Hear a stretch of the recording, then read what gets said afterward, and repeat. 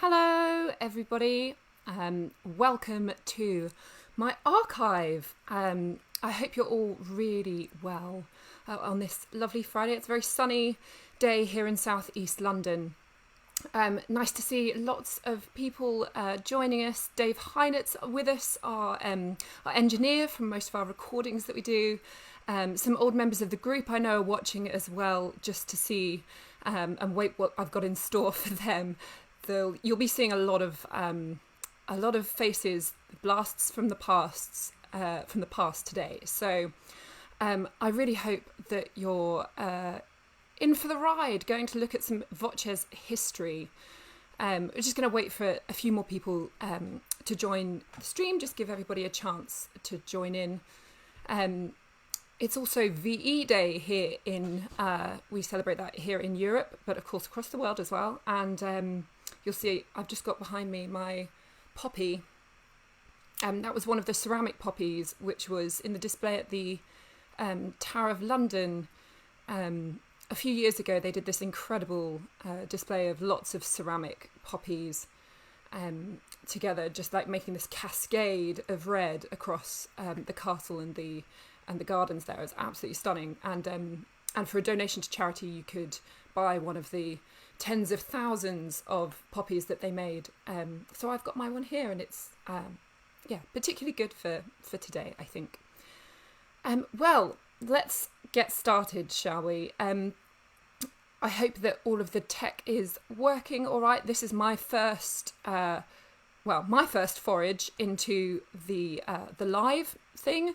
So do let me know if things are working, things are not working. I will do my absolute best, but it's definitely still a learning process for me too. So let's have a little look through what I've got. First of all, I will say group started back in 2005, 15 years ago this year. So some of the footage and the cameras were definitely not quite as high spec as they are today. So apologies if some of the images are a little bit grainy, but I have done my best to sharpen them up as much as I can. Also, I hope that it's all going to make sense as we go along. I'm going to talk you through some of it. We're going to have a little look first at the different iterations of the group through the ages. So who's been in the group, all the different sort of setups that we've had over the years. And then I've had a wonderful chat the other day with our former tenor section, Charles MacDougall and Robert Mingay Smith. And they very generously gave me a whole load of their time earlier this week to sit down, have a cup of tea and reminisce about some really great memories. So let's get started finally. So first of all, this is the very first group. This is as Voces started back in 2005. So up the top in the left there, that is Voces on stage for the very first time. This is in Gorizia, on stage at the competition which Voces won, which kind of got things started. And you'll see there is the same set of people just underneath, just after finding out that they won that competition. So from right to left, I will tell you, so starting with the women, there's Rachel Major, Kath Backhouse, Barnaby Smith, of course. Then next to him is Daniel Keating Roberts, who sang countertenor, Charles MacDougall and Tom Elwyn there singing tenor, then Paul Smith and Simon Whiteley singing bass.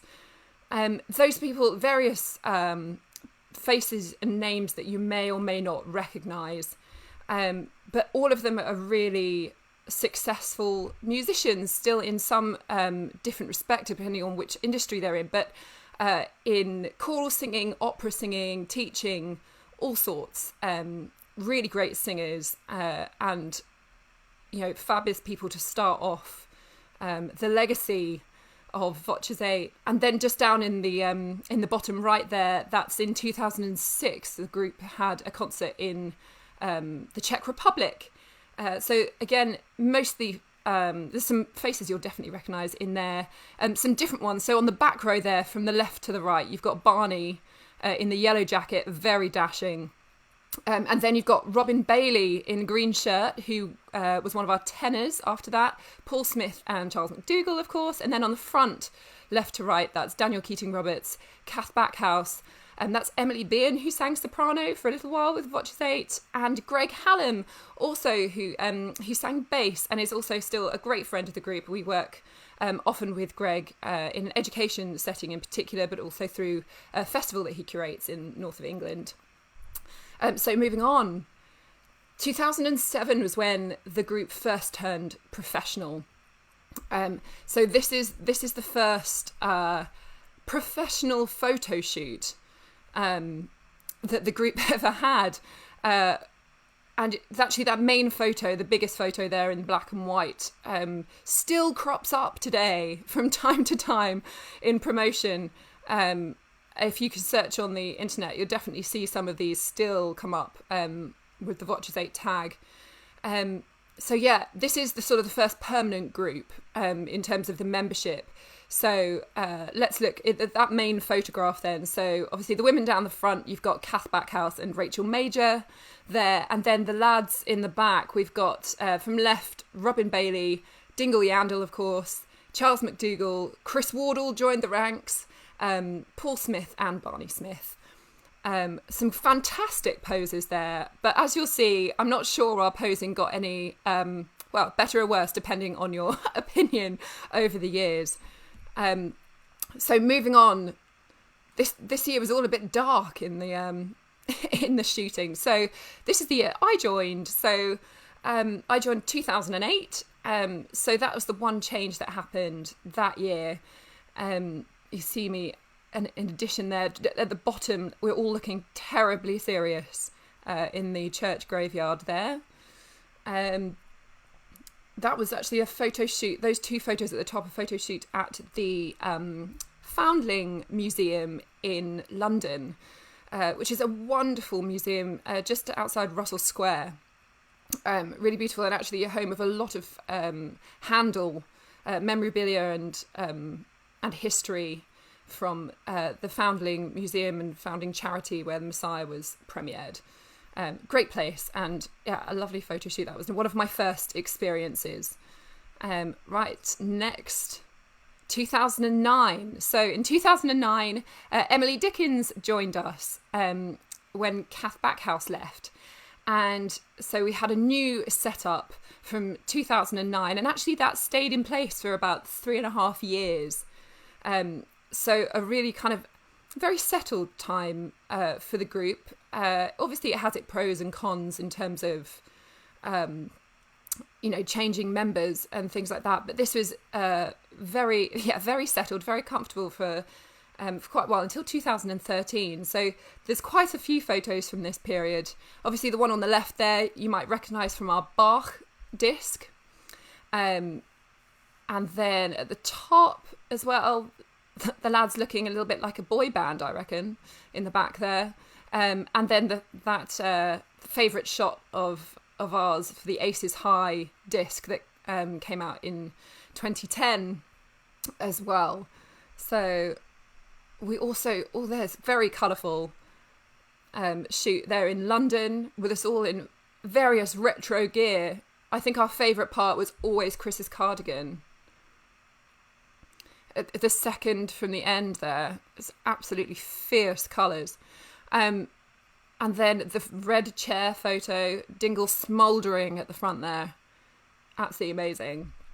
Okay, and still the same crew a few years on, looking very... all the guys' shoes there on the left, I think, are brilliant.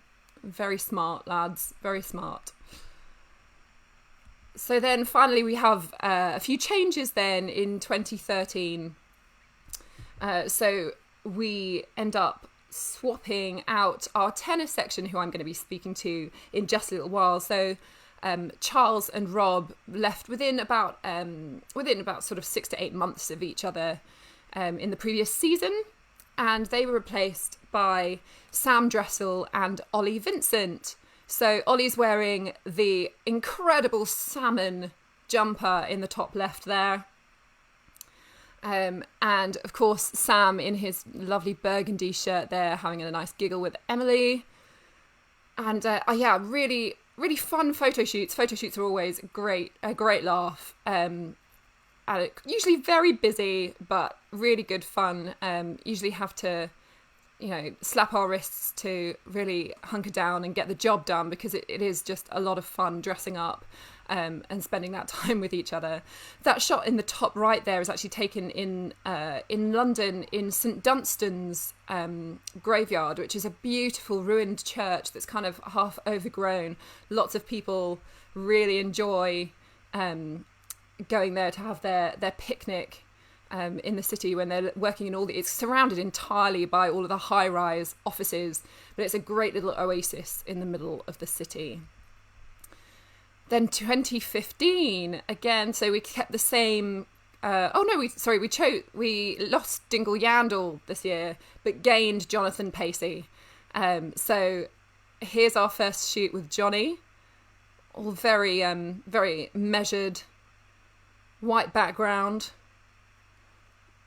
kind of stuck with all the same stuff for those ones.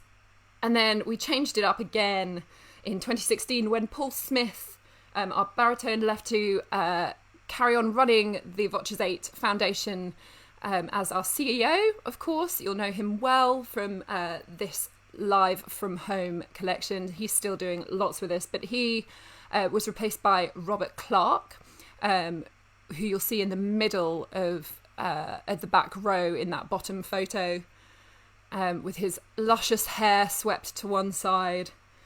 And we also gained an American for the first time in our group, Blake Morgan, who's at the far left at the back of that same photo at the bottom there. The first time that we had a non-Brit join our ranks, and of course he's still with us. Then 2017, we said goodbye to Emily Dickens and welcomed Eleanor Cockerham as one of our sopranos. So this is our first shoot with her, that lovely pink dress. I'm not sure Eleanor absolutely loved it. I think it got a bit uncomfortable towards the end of the season, but it looks absolutely stunning in these photos, I think you'll agree. Chris really taking a back seat in that bench photo there. There's a version of him wearing his trainers for that one as well. And then this is last year, so a few other changes. We lost Chris Wardle, maybe down to those trainers, and gained Katie Jeffries-Harris as our first alto, and also Chris Moore joined us to replace Rob Clark singing baritone. And then to bring us up to date, this is, of course, the current crew. We've gained this year, of course, the difference being that we gained Ewan Williams into our team. And Sam left us to go on to very great things and is still doing much better at French than the rest of us, I promise. Okay, so back with me. We've been through all of the different iterations there, nearly, of the group. You'll see from the start that in the first few years things were a little bit more fluid, so because the work wasn't quite as constant, of course, as we were starting up. People came and went a little bit and kind of did on and off concerts, and then it kind of solidified all down into that group of 8 people in 2007, and then has kind of just like sort of gently turned over through the years. It's always difficult to lose people, of course, and the longer people stay in the group, sort of, the more attached you become. It's very much like a family, so it's like losing family members or best friends, that you're used to being around all the time. So it's always difficult to lose people and their skills, but of course you're always gaining something different and refreshing and new when somebody new joins the group. So it's always a very exciting time for everybody, and it really keeps everybody inspired and on top of their game. because the way that somebody sings next to you really affects the way that you do your own job and produce sound yourself. So it's really a really important part of a group's growth as well, to kind of evolve and change with the members.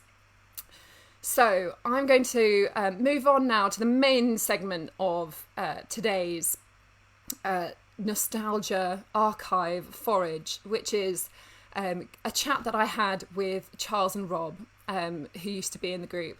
And I'm going to play that video for you now. If you have any comments or questions, please keep them coming in.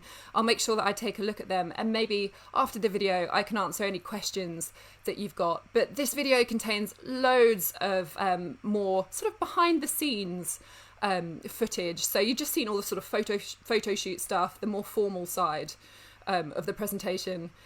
This is where we kind of definitely veer right off that path, and we go kind of behind the scenes, a little bit more life on the road, and the silly things that we used to still get up to.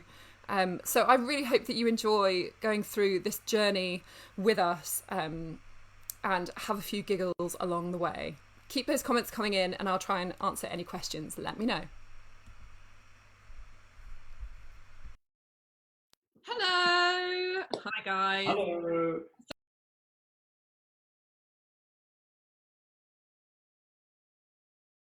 I'm being Watchers 8, and also two of my very, very good friends. And we're just going to have a little bit of a nostalgia chat today about some old times. But first off, why don't you guys just introduce yourselves briefly? Hi, I'm Charles. I was in Watchers 8 from 2005 until my last performance with them on Christmas Day in Shanghai on December the 24th, 2012. Okay guys, I'm just going to restart this to try and get that better in sync, to match up that audio with that video for you. So let's try it once more and see if this works a little bit better. Hello. Hi guys. Hello. So Hi. I'm being joined by Charles and Rob, who are two of my previous colleagues in Watchers 8, and also two of my very, very good friends. And we're just going to have a little bit of a nostalgia chat today about some old times. But first off, why don't you guys just introduce yourselves briefly? Hi, I'm Charles. I was in Watchers 8 from 2005 until my last performance with them on Christmas Day in Shanghai on December the 24th, 2012. And I'm Rob Mingay Smith. I was in the group from 2009 to 2013. I think my last concert was in Deal in Kent, not quite as glamorous as Shanghai. The glamour. Oh, about that better then. All right. Well, we're just going to have a kind of a bit of a kind of flick through a virtual photo album that I put together of some old memories, because I'm kind of the guardian, the keeper of a lot of the old material and photos that were taken over the years. So I'm going to share my screen with you guys, and let's get going. Okay, so hopefully you can see this, which is freezing cold. It was really bloody cold. Yeah. So we were recording Choral Tapestry in Brinkburn Priory. First thing you notice is those heaters. Yes. Yeah, they were pretty necessary, weren't they? Because we were absolutely frozen, and it felt like it was perpetual night. Like winter is coming. Yeah. It was already there. It was so cold. Yeah, I remember the cottage actually that we stayed in. It was gorgeous, and the joy of going back there and drinking wine as soon as we finished. We played really long games of Monopoly there as well. Yeah, it was lovely. Yeah, and sharing the cooking and all that kind of thing. That's great. Yeah. The whole team. Look, if you look really carefully, you can see Dingle was going through his planking phase. Oh my goodness! That phase of like being really disciplined and very funny. Possibly too disciplined about trying to exercise and do planks every day. Okay. Yeah, same thing. Concentrating hard there. But you can see how cold it is. You guys are wrapped up in so much knitwear. So much knitwear. Oh, that's I me. feel like I've just been knitted. You said knit yourself together. Knit myself together. Oh, Look, one of the many T-shirts I wore over and over again. yeah, or a t-shirt. Yeah, I'm sure it might crop up again, actually. Now, where is that? Is that in Cambridge? Yeah, Chesterton. That is recording Botcher's 8 Christmas, right? Correct. Yes. Oh, and Yeah. it was August the something like 21st or something, and it was about 30 degrees outside. But I remember we were recording Silent Night, and the producer said, could we sound a little bit more chilly? No. What was the Poulenc that we recorded, which was like take 1 million or something by the end of the day? Oh my gosh, I can't remember how many Videntas. times we did the beginning of Videntas Salam. What do you mean, Rob? We always recorded things in a one-hit wonder. Oh, like this particular shot is of you guys doing the incipits for the Magnificat, Quinty Tony, the Pretorius, and you're just trying to get them absolutely perfect, like in octave unisons. And I've got some videos of that as well. It's very impressive, guys. Really, so impressive to get it so together. They've changed the interior of it a little bit, but we still record there. Rob, you'll recognise this place. Oh, my beloved St. Mary at Hill. And recording bar. Not recording bar, rehearsing bar. Rehearsing. Yeah. Rehearsing bar. Yeah, so before we had the Botcher's 8 Centre, we used to spend all our time rehearsing at Rob's church, where he was director of music in the city. Hours and hours of our, we used to turn up there every day that we were in the UK. Rehearsal started at 11, didn't it? Mm-hmm. And we used to turn up, we were armed with our coffees and sit on the altar steps, and then the day would begin. Yeah, hours and hours in that building. Absolutely. Hours and hours. When Sam joined the group, he used to take the mickey out of me because I'd walk in with my coffee in my hand, kind of surveying the church, making sure everything was put back to where it should have been in the previous night, and then complaining if he hadn't been. He used to make him laugh every morning. That was such a fun project, because that was recorded colla parte, wasn't it? I know we're not recording there. We must have been. We were probably rehearsing for the recording, maybe. Yeah. But that was amazing, with an instrument for each of our voices.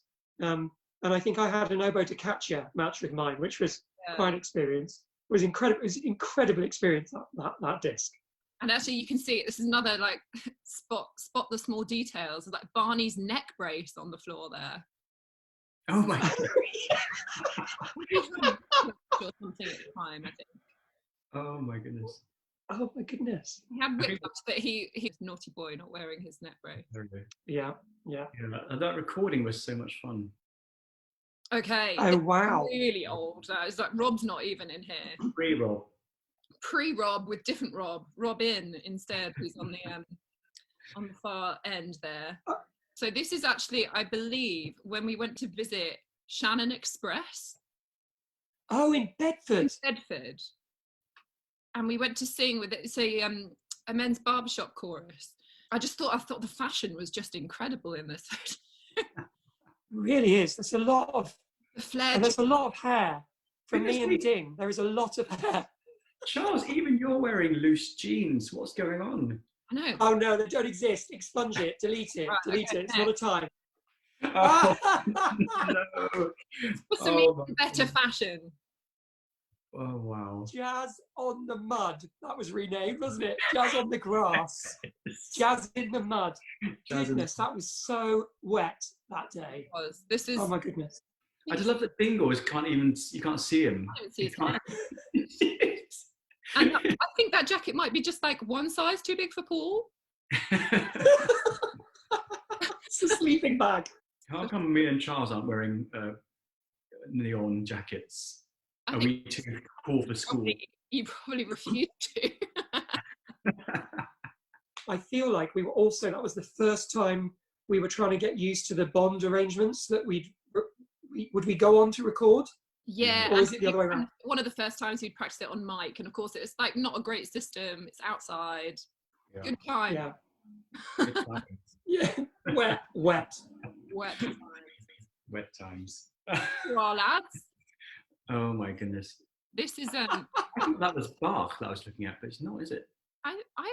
Well, there's various different things around, but Bach was definitely happening during this time. And in the other photos in this album, it's all people with their headphones in, like desperately trying to learn the Bach motet. Where is it? In the church hall at Finch Hampstead, which is also where we rehearsed all the stuff for Evensong. Because Barney and Paul's parents lived in Finch Hampstead. There used to be all sorts of jokes about Finch Hampstead. Yeah, not least that we'd get announced when we were brand new ensemble, because Barney had to put down his home address for the address of the ensemble. We were always, "What is it? Die Finch Hampstead." We're like, nobody knows where that is. Quite surprised people could pronounce it. A lot of English people can't pronounce it. Yeah, it took a long time for us to become Voces 8 from London, UK, not Voces 8 D Finch Hampstead. Oh, now here's some video stuff back in St Mary at Hill. You can see the Bach on the piano there. I'm going to play this and see if it works. See if you can hear the cruel metronome.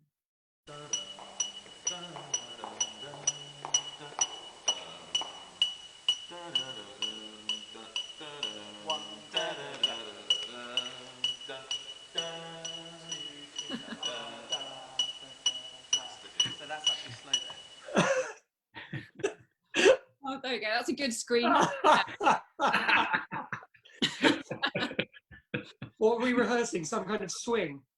Yeah, it was all the Aces High arrangements that we'd received. Most of them, of course, by Jim Clements, arranger in residence. So yeah, and some of those, particularly those bass lines, were fiendish.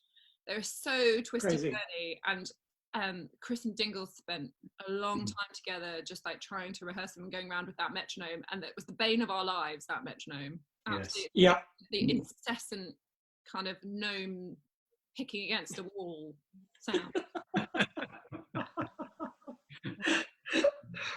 I thought we should put something about our education work.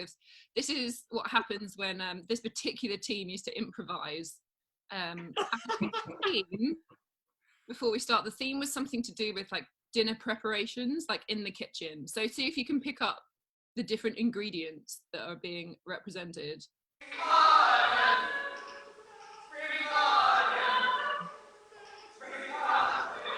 You committed hard, Charles.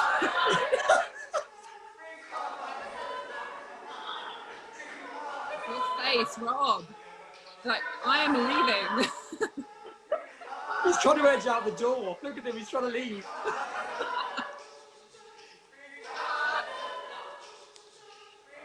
What am I? Yeah. But it goes on. What are you doing? I think that's what my... Oh, I finally get involved. What?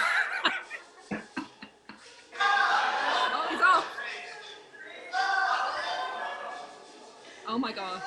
So this happened fairly often, I feel. This kind of creative madness. But were we on? Was that in the middle of a very long tour? It's from because we've gone a little bit crazy. Yeah, we've all gone a little bit mental. And look at me and you, Andrea. We're like wetting ourselves in that still there. Whatever we've done. I was going on about squashed tomatoes, and you were doing spring onions. Spring onion. Oh yes, I remember that. I get it. Spring onion. Yeah, obviously. But you know, I remember doing these riffs where we, repeat things round and round, and you have this brilliant idea. You think this is really great, and people are going to love it. And then, like 2.5 minutes in, you're suddenly reevaluating whether that was such a great idea. kept us slim though, didn't it? Good grief. All right. Oh my goodness. Once upon a time, we apparently worked for Waitrose. Oh my word. The opening of Bracknell, wasn't it? Oh, Ding sent me a video of me, Emily and Charles in the aisles messing around, pretending to put things on the shelves with a microphone in our pockets, ready to jump on the unsuspecting people. Yeah, I had to hide my microphone in the cucumbers and then sort of reach for it Do. Oh yeah, so we ended up doing this kind of like flash mob thing for the opening sort of ceremony of the store, didn't we? We were all dressed up as Waitrose employees and yeah, trying desperately to hide microphones in our aprons. And I can't even remember what we sang now. Fever. Yes, and the opera medley. And the opera medley, yeah, not quite right. So this is sort of the beginning of a few different outfits, costumes that we might have been through in our time. I promise I haven't gone, too deep into the vault, guys, but I'm worried. Oh yeah. that was a great weekend. Trust us two to have our tops off, honestly. I know, exactly. That's what makes me laugh about it. Of all the people, of course, you guys. Rob, but the thing, so didn't we turn up to a festival somewhere in France? Yeah, and then they announced to us that the first evening after we performed, the first evening was like fancy dress, and it was evening where we had to go as like Lawrence of Arabia or something. Yeah. And so that's all stuff we randomly had in our luggage, or we found in the houses. Yeah, there was this one house, the big farmhouse that somebody was staying in, that we all gathered in, and we basically just went and raided their kitchen for tea towels.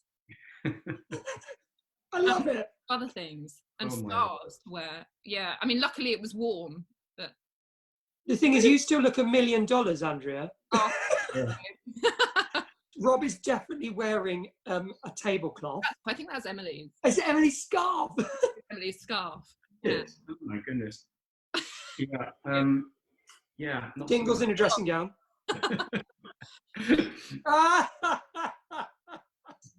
Oh my goodness! Isn't this in China?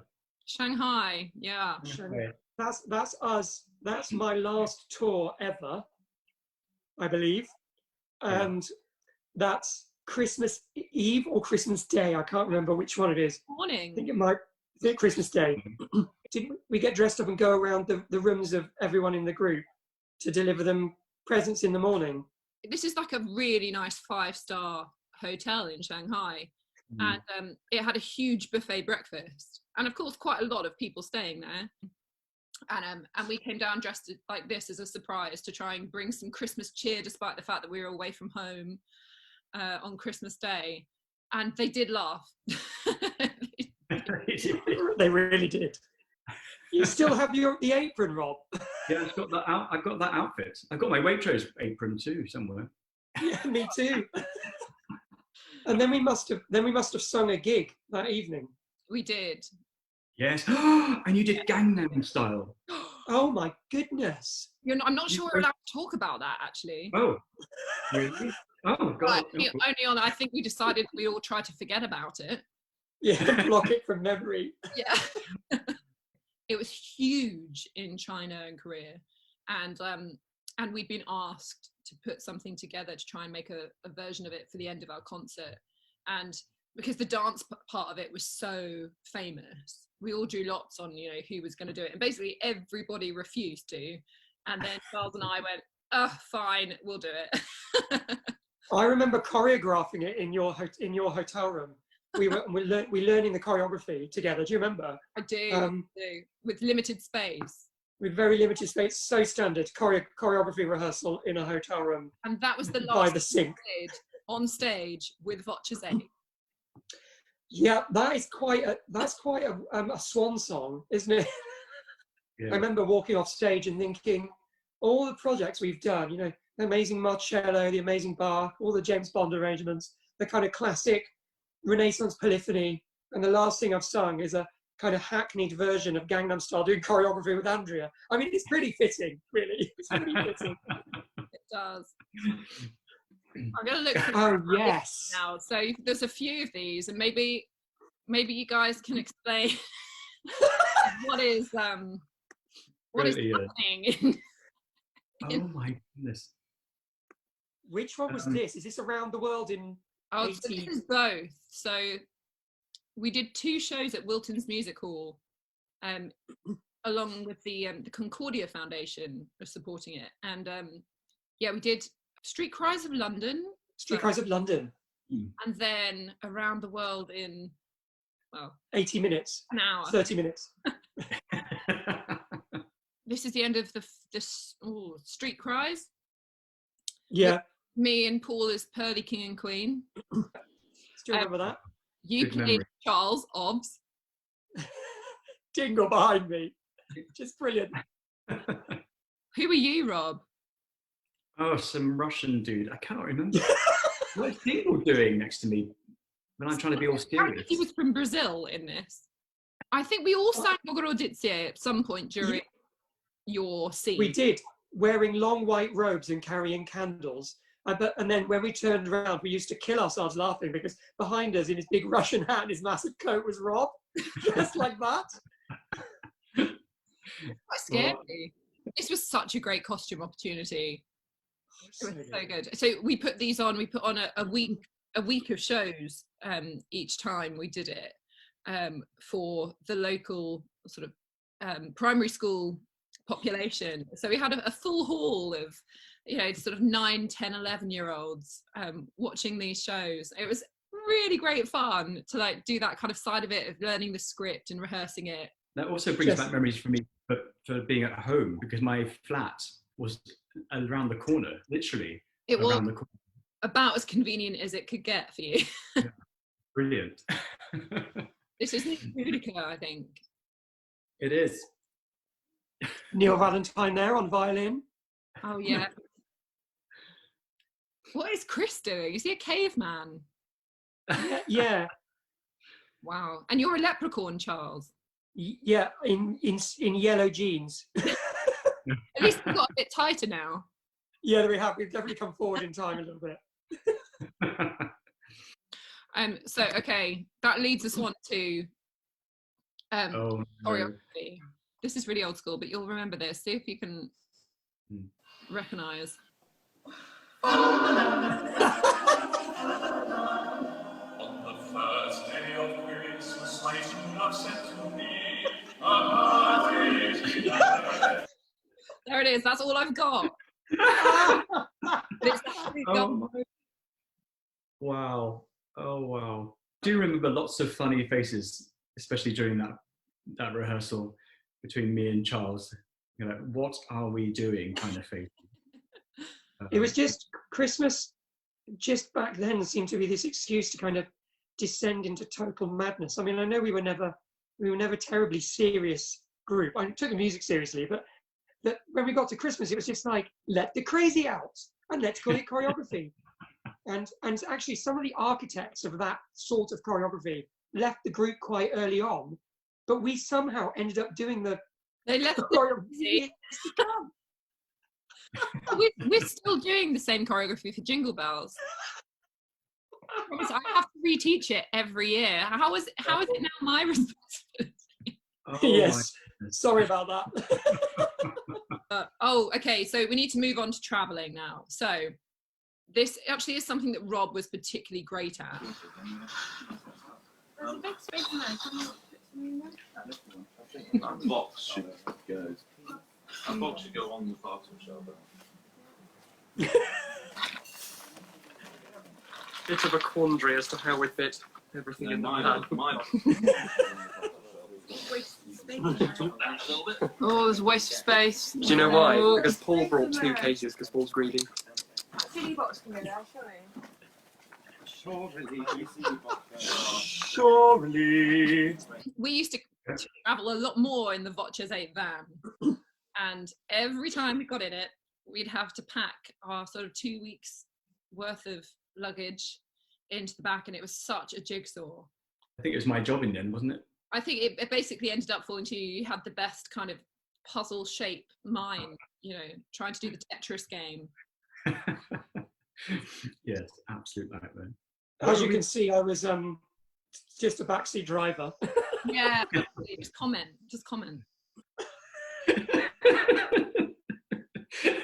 Oh, you laugh. I just wish that was an unusual occurrence, but it really wasn't, was it?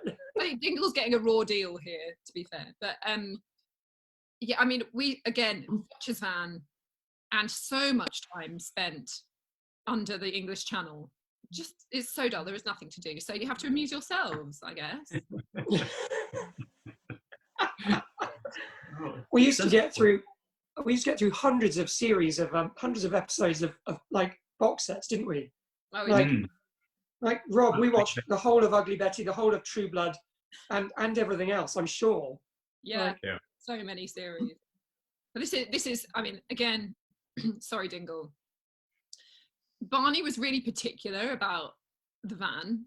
It was his lease, his name on it, and he wouldn't let us eat fast food in there, so we couldn't have, you know, your McDonald's or anything like that. And if you decided to get a coffee, woe betide you if you spilled anything, or even more importantly, if you left any rubbish in the van when we dropped everybody else off, and we clear out the van and there'd just be a mountain of rubbish from everybody snacking, obviously everything in the back, but usually you're like, I'm not sure who, you know, you don't know who it belongs to, but this just like really encapsulated the whole thing for me, of just like spilt coffee and his name's on the cup. His name's on the cup. I love it. Got away with that one. Oh, right, a little bit more traveling now. We always got to eat pretty well. This was a particularly great feast in Korea. South Korea, South Korea. Wow. Yeah, that was absolutely amazing. I think we just got off the flight and we kind of arrived, and that was the first thing waiting for us, which is just so great. Yeah, and it was so healthy and fresh, and so the opposite of 13 hours in an airplane. Wow. Wowee, Jerusalem. And your hair. And my hair are matching. That's the first thing I saw, your hair. Is it the gold dome of the building over there, or is it the gold dome of my hair? You can tell. Yeah. Kenya. Maybe. Kenya. Yeah, wow. Oh, where's that? This is Emily's first ever concert. Oh, Wartburg Castle, the Deutschland Radio Kultur. Nailed. Oh, yes. Oh yeah, my goodness. That's a great gig. So it's in that List hall at the top of the castle, which is just incredible, ornate. You can kind of see all of the gold leaf in there. It's an amazing place to sing.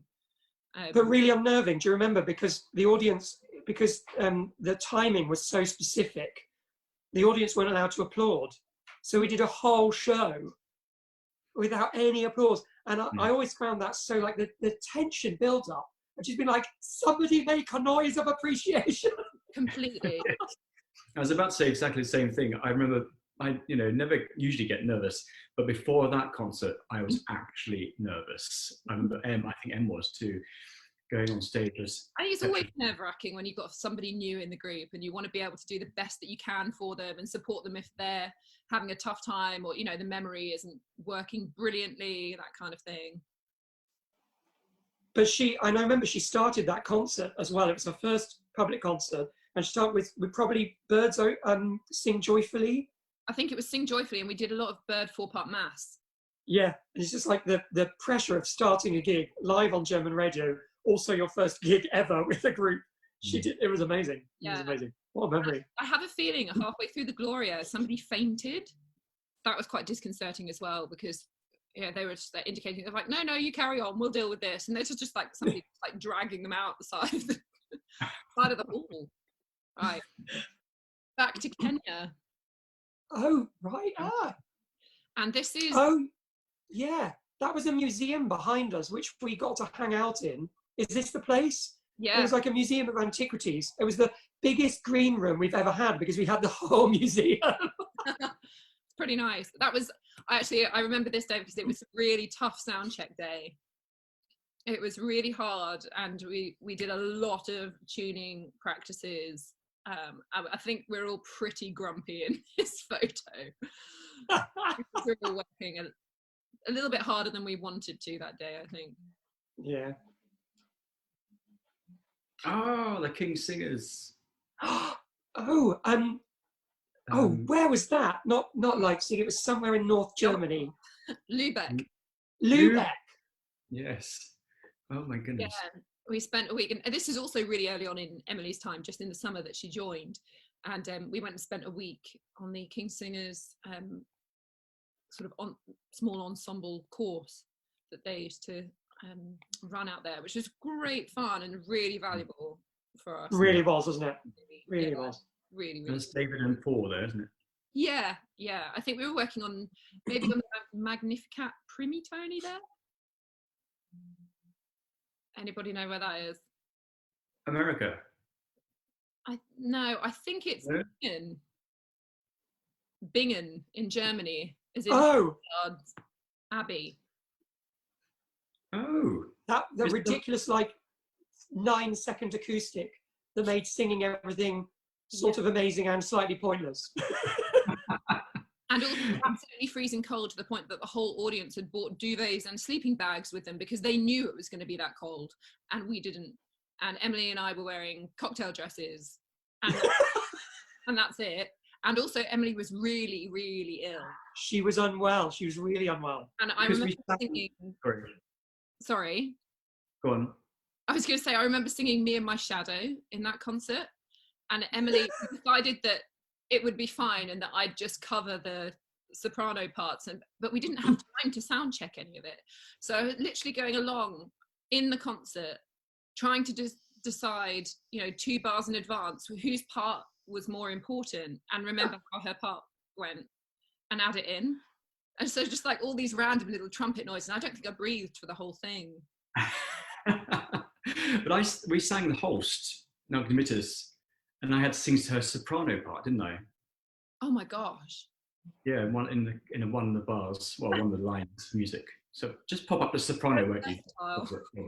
But it was quite possibly the best possible acoustic to have to cover for somebody unwell, because I think the audience after were like, "That was amazing." We're like, "Okay."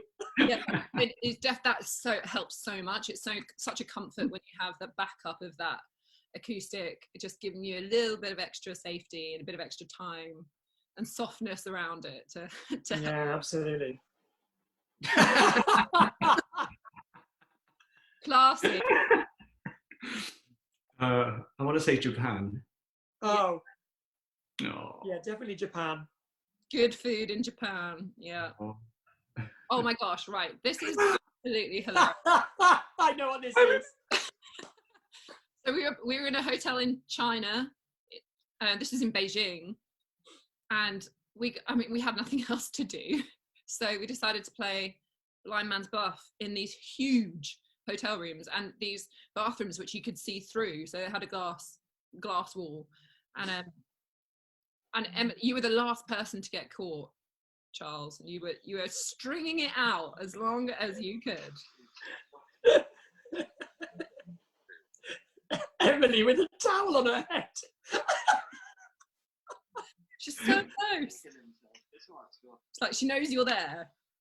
Yeah.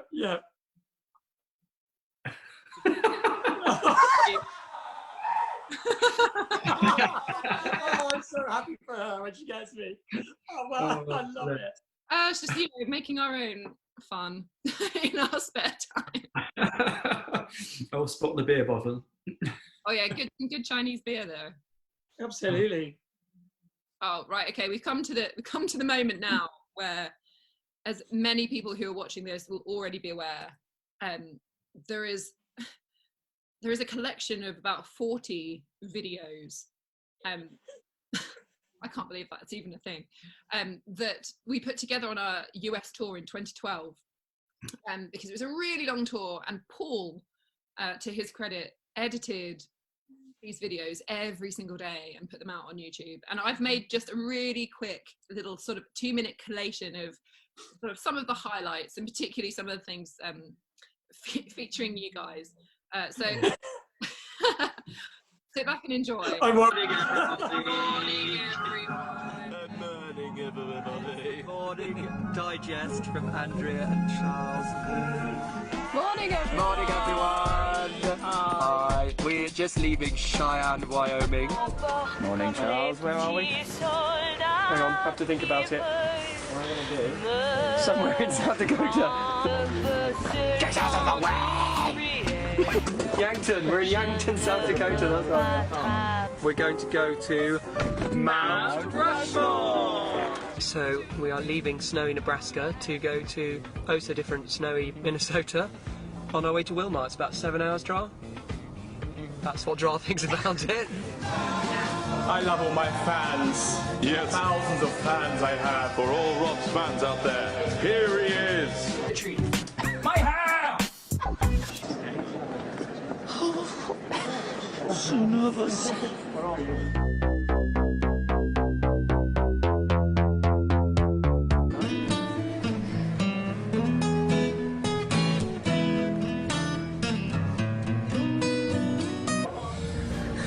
It's a bad day.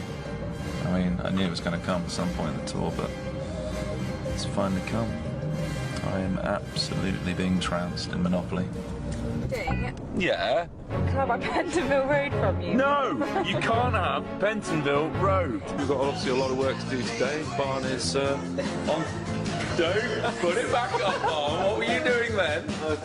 Championship manager. Hello, ladies and gentlemen. This morning we have a very special guest in the car. You're on. This is Robert Mingay Smith. Oh, hey. He's come to us from the other car. We did not think such things were possible. I'm going to spill my coffee in here. Don't you dare, that's where I normally sit. This is Back and Beyond, and we're slightly scared, It's the only thing we've seen for about 200 miles. and so we're going to risk it. I went to the other car and I went, here guys, here's some popcorn for you. It's salty.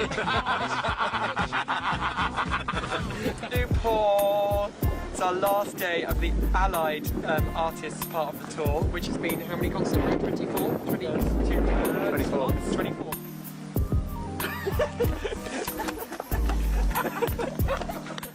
There we go. Oh, that made me all emotional. Oh, so many good times there. Oh. So much happened on that tour. I mean, there's no real describing it. You know, 6.5 weeks, nearly 7 weeks on the road together. Yeah. I have to say, every time someone asks me, do I miss it? The thing I do miss is America. Something about going away on tour to America. And Ding would always say, we'd get off a flight and arrive in America, and Ding would always say to me, God, your face lights up when we get off a plane and arrive in America. I don't know what it was, but those are my favourite times.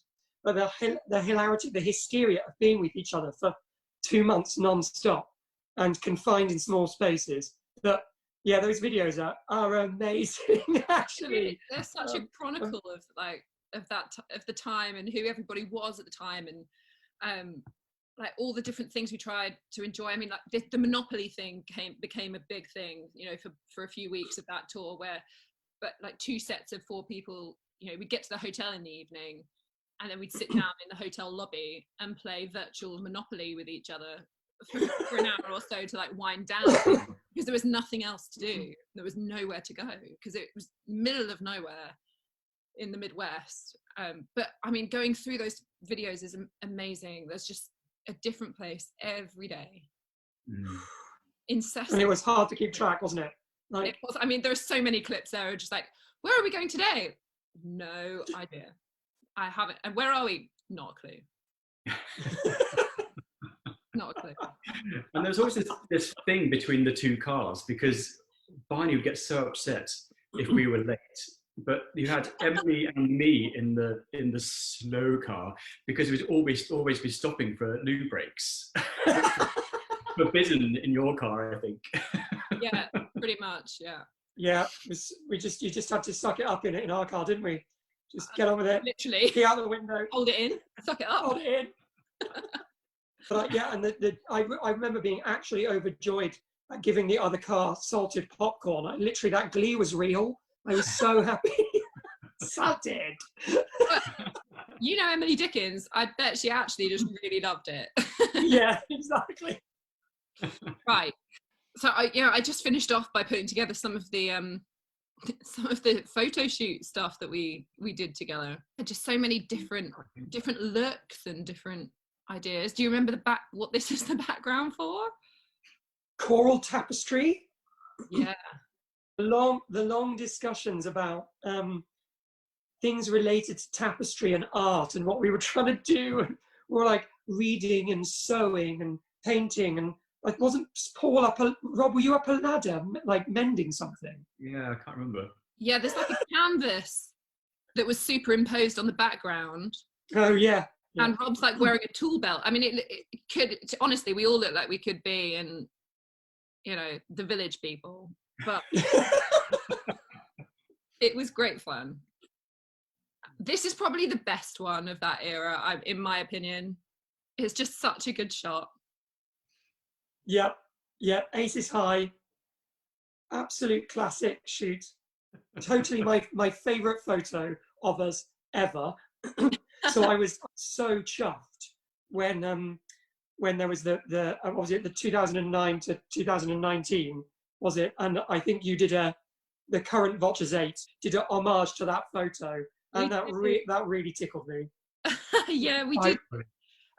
Last fall, I think, when it came around to being 10 years since we'd recorded Aces High, and we happened to be in a dressing room with a round felted table.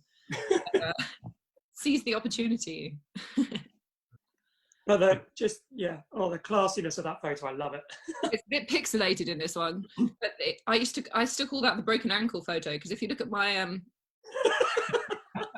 leg, that is not natural. Yeah. No. But also, Ding is sit there for so long. Ding is so far back. He's almost the same height as everybody, which we know isn't true. He's almost the same height as you sitting down. Yeah. Oh, Bark Motets. The Bark Motets, yeah. Down an alleyway off Oxford Street. Yes. I don't think I've worn heels that high since that day. I mean, I could not walk in them. It's a great photo. I'd love to see submissions for a sexier photo advertising a Bark disc than that.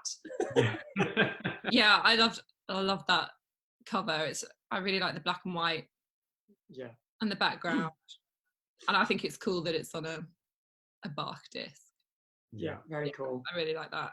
It's been such a pleasure to reminisce with you and catch up. Ditto. Likewise. Blast from the past, isn't it, Rob? Yeah. Oh, it's brought back lots of memories. Yeah, and there's so much more where that came from. You do your own mini series. Yeah, maybe. Oh, guys, keep really, really well and safe. You too. Doing your wonderful things. So we will catch up soon. Hope so. Lots of love. Bye. Lots of love. Bye. Oh, such good times catching up with those guys. So much giggling to be done. I actually had to edit some of it out because we'd have gone on for so long. But we always have a great laugh when we catch up with past members of the group and reminisce. Of course, we spend so much time with each other on the road. As I said, it's really like a family. And of course, there are just so many, there's so many little things and in-jokes, things that really aren't explainable to anybody else and are only funny in their own context. Really great memories with all those guys. So a massive thank you to Charles and Rob for giving me their time this week to do that. That was such fun, a real bright part of my day as well, to get to chat with them, of course. And a huge thank you to everybody, present members and past, for letting me show some of the behind the scenes stuff that you've all been involved with and the story that you've all been part of over the years and that has made this what it is at this point. So massive thank you for that. Also, I feel like I should definitely mention, because I didn't verbally mention it in the video, you saw a few times featured in that Claire Stewart, who way back when was actually our tour manager, actually came on tour with us quite a few times. All the time in the early days, to keep us in line, keep us in check, and turning up to everything at the right time, until we decided that we should probably learn to look after ourselves. And Claire, of course, then went on to found and direct Apollo 5 and is still involved with that. And also Louise Hughes, who did the same thing, also came along with us on several of our trips, and help us organise events and that kind of thing. And still really involved with the foundation and helping us organise behind the scenes stuff. So thank you to you guys as well. I had a few questions come in, lots of giggling as well on the comments, which is lovely to see. But I can just answer a few questions. There's one about, is Robert Mingay Smith related at all to Barney and Paul Smith? Now, of course, you know that Barney and Paul are brothers, but no, Robert is no relation to those two. Of course, Smith being a rather common name in this country. What were the other things? What happens when somebody is poorly? Of course, we get asked this quite a lot. Somebody was asking about whether, do we end up as Voces 7 or is there a Voces 9 waiting in the wings somewhere? It's on the other side of that, yes. I mean, we sometimes end up as Voces 7 for a few pieces. If it's at all possible, we try to appear, of course, as 8 people on stage because the clue's in the name and we can't really get away from that. And if 8 people aren't on stage, it seems a bit odd, I'm sure, to the audience. So if it's possible to have 8 people on stage for any part of the concert, we do try to do that. Of course, sometimes it's just not possible. We've had a couple of concerts in the past where we've had 6 people, sometimes 7 people on stage at various points, but we always try to just cover each other's parts as best we can, or change up the repertoire to something that's still going to give the audience the best possible experience, even if somebody's not feeling 100%. So it's always a difficult one to manage, but you have to just take it as it comes, depending on what the problem is. So many comments about fashion of that, but jeans in particular in that clip. So many, that seems to be the really sort of definitive thing, of course, because everybody's wearing them throughout the ages and the shape just changes so much. That's really, really amusing. Somebody also suggested that maybe, Barney, we should be making aprons for our Voces 8 choral cookery book. So maybe we should get on that, absolutely. So anyway, a big thank you. I'm going to head off now back into the archives, see if I can find anything else. I assure you there was plenty more where that came from. So maybe, you never know, I might put together something else. There's a lot more sort of old and new to be found. Lots of photos. A big thank you to everybody who took all of those photos and videos across the years as well. They're not all my own. So some of them definitely belong to other people in the group. So thank you for letting me use those, guys. Thank you so much for joining me, everybody. It's been really fun to reminisce. Maybe not quite as intellectual as some of the other chats and lives that have been going out, but I think important to look back, especially right now, at some of the really good old days and the stuff that we're really missing doing at the moment. And really looking forward to one day getting back to, and maybe in a slightly adapted way, but making music together and some kind of travel. It's really lovely to see all of our old friends in one place again, especially, as I say, at the moment. So a really happy Friday to all of you. Thank you so much for joining me, and maybe see you again sometime soon. Thanks for checking it out. Take care.